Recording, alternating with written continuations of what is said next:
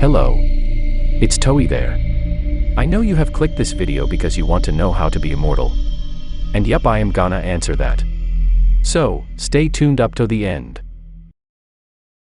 Okay, so one day I was also in the same position as you. Something popped in my mind and I thought about ways of becoming immortal.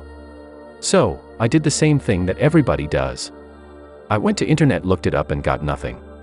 The one thing that caught my eye is sending your consciousness to computer. And yes, I am not gonna talk like anybody else on YouTube about this thing.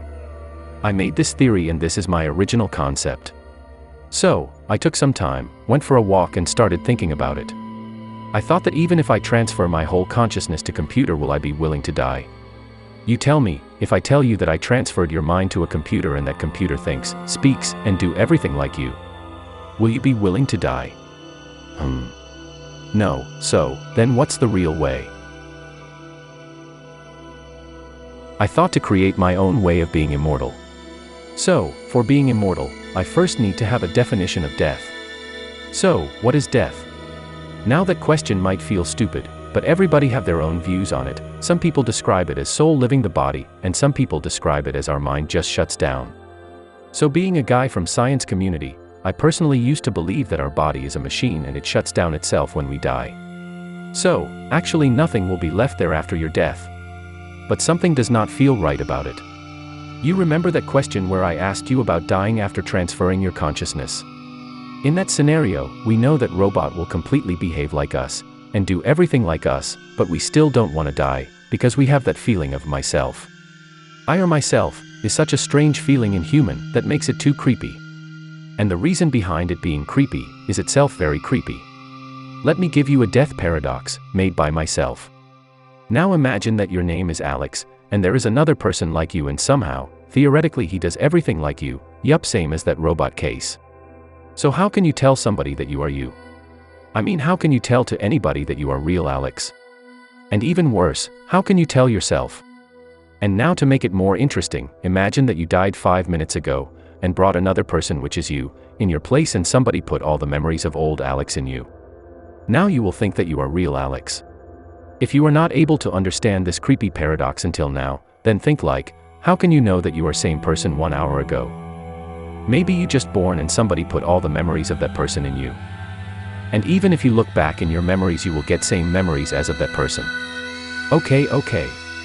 So, I know that it is not clear to you. So let me make you imagine through your eyes. Now, start feeling yourself, feel that it's you. Now imagine a man coming towards you and he killed you. Okay. Now imagine that you woke up in a desert, and see yourself that you are completely fine and nothing happened to you. But now can you prove that you are the same person which is before? I mean, what if somebody put that person memory after killing him and put it in you? You will think you are same and alive. And obviously the memory of him killing you is also there. So, does that mean that your consciousness somehow transferred? What if this happens every time? What if it's not you when you wake up in the morning? What if your mind shut down at night and you are dead and then you are alive in the morning? And I am saying it hypothetically, you are not actually dead while sleeping. So what makes consciousness more creepy is the thing, myself. If you are thinking that you are the same person which is 1 hour ago there, just by thinking at your memories, then what if somebody had put those memories in you? Will the robot in which your memories will be transferred will get your consciousness? Will you travel into that robot and feel yourself in that robot?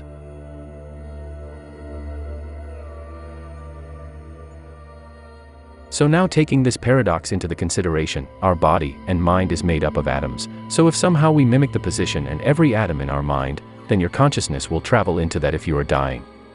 We know that our universe is infinite, and there is possibility of everything in this universe. So there is a possibility that in this universe, there is same exact copy of your brain, so when you will die, your consciousness will transfer to that. Now, to sum it up, you will never die, or we can say that when you will die, you will wake at some other place and feel like nothing happened. But it won't be you, like what happens in that paradox. If you still are not able to understand that, then I will make a separate video of that paradox. Do comment and like.